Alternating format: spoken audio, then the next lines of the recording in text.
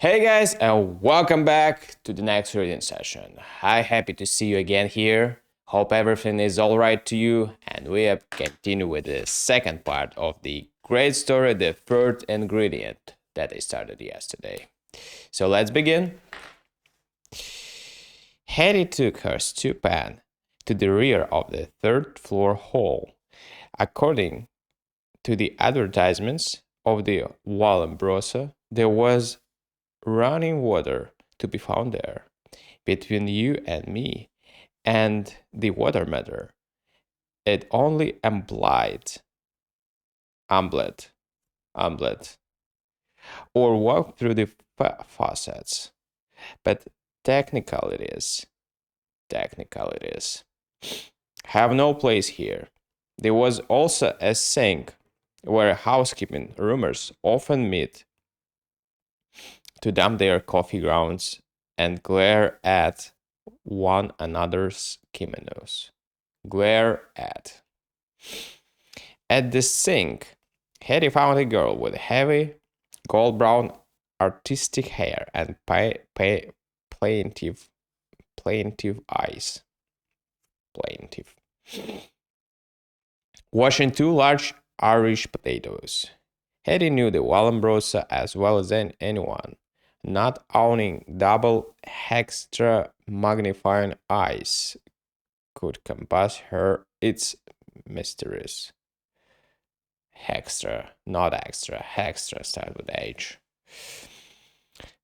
The kimonos were her encyclopedia, her who's what, her clearinghouse of news, of course, and commerce.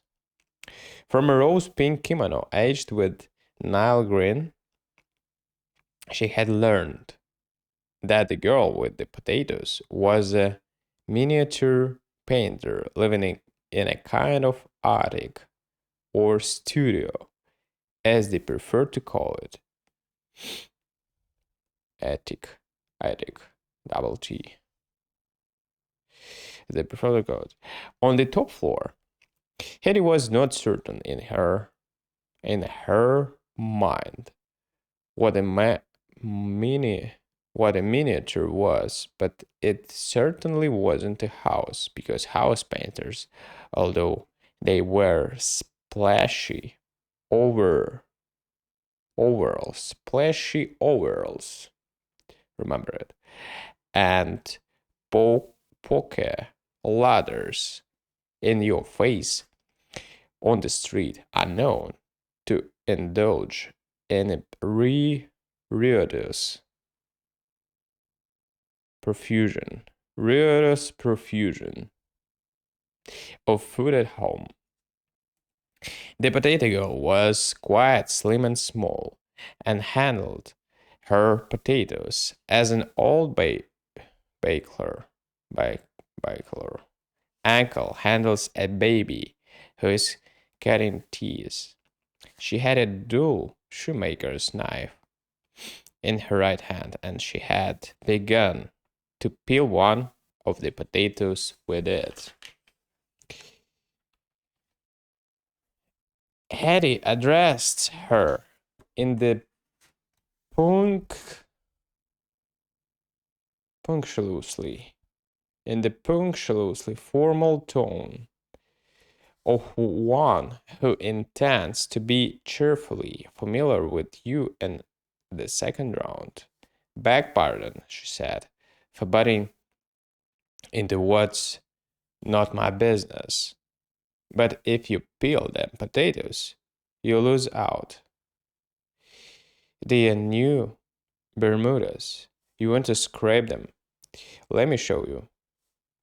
She took a potato and the knife and began to demonstrate. Oh, thank you, breathed the artist. I didn't know, and I did hate to see the thick peeling go. It seemed such waste, but I thought they always had to be peeled.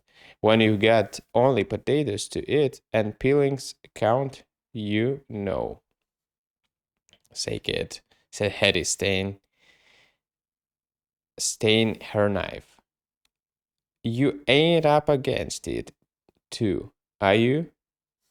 The miniature artist smiled stone, stonedly.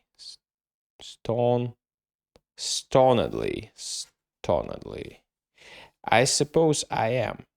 Art, or at least the way I inter interpret interpret it doesn't seem to be much in demand. I have only these potatoes for my dinner, but they aren't they aren't so bad boiled with a little butter and salt. Child, said Hetty, letting a brief smile soften her right features. Fate has sent me and you together. Fate. Fate. I've had it handed to me in the neck, too, but I've got a chunk of meat in my room as big as a lap dog. And I've done everything to get potatoes except pray for them. Let me and you branch our commissary departments, branch our commissary departments and make a stew of them. Stew. A stew.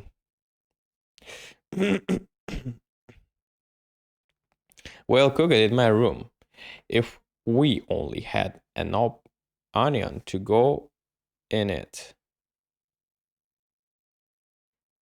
Say, kid, you haven't got a couple of pennies that slipped down into the lining of your last winter's sealskin? Have you? I could step down to the corner and get one at old Giuseppe's stand. A stew without an onion is worse than Monty without candy. Is worsen. M-I-N-T without candy. Monty. What is this? You may call me Cecilia, said the artist. No, I spent my last penny 3 days ago. Then we will have to cut the onion out instead of slicing it in, said Hetty. I'd asked the Johnny Trees for one, but I don't want them help just yet to the fact that I'm pounding the asphalt for another job. But I wish we did have an onion.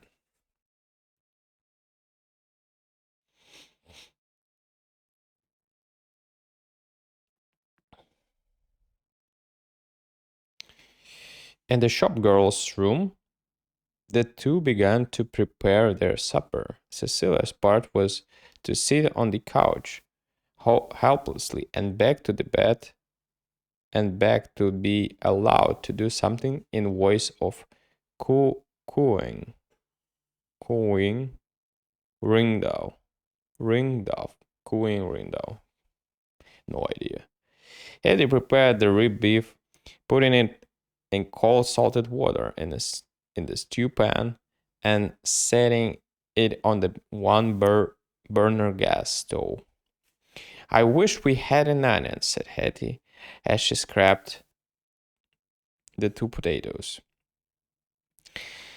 On the wall opposite the couch was pinned a flaming, gorgeous advertising picture of one of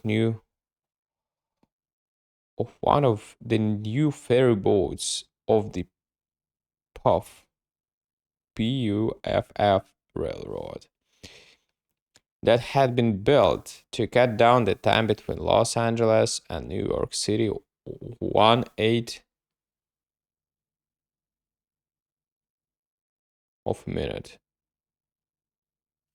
Hetty turned her head during the continuous monologue, saw tears running from her guest's eyes, and she gazed on the idealized presentment of the speeding, foam grindled transport.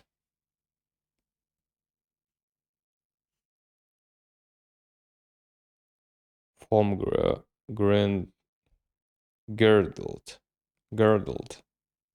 transport. Why, say, Cecilia, kid, said Hetty, poisoning her knife. Is it as bad art as that? I ain't a critic, but I thought it kind of brightened up the room. Of course, a manicure painter could tell it was a bum picture. Was a bum picture in a minute. I'll take it out if you say so. I wish to the holy Saint Pollock we had an onion. But miniature painter had tumbled down, sobbing, with her nose intending the drapery, hard woven drapery of the couch. Something was here deeper than the artistic temperament offended at crude lithography. Hetty knew she had accepted her role long ago. How scant the words, how scant the words with which we try to describe a single quality of a human being. When we reach the abstract, we are lost. The nearer to nature that the bubbling of our lips comes, the better we understand. Figuratively, let us say, some people are bosoms, some are hands, some are heads, some are muscles, some are feet, some are backs of burdens. Hetty was a shoulder. Hers was a sharp, sinewy shoulder. But all her life, people had laid their heads upon it. Metaphorically,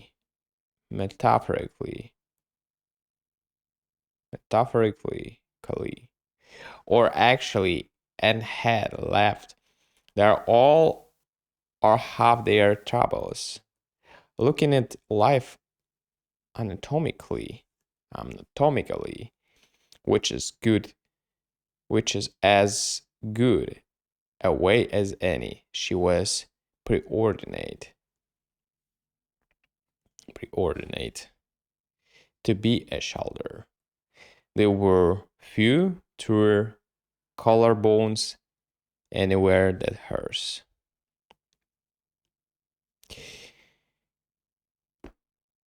Hetty was only 33, and she had not yet outlived the little pang that visited her whenever the head of youth and beauty leaned upon her for consolation.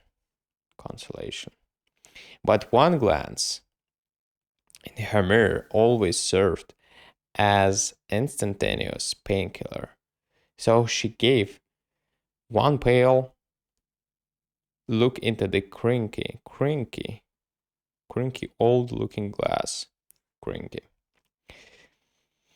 On the wall above the gas stove. Turned down the flame a little lower from the bubbling beef and potatoes, went over to the couch and lifted Cecilia's head to its confessional.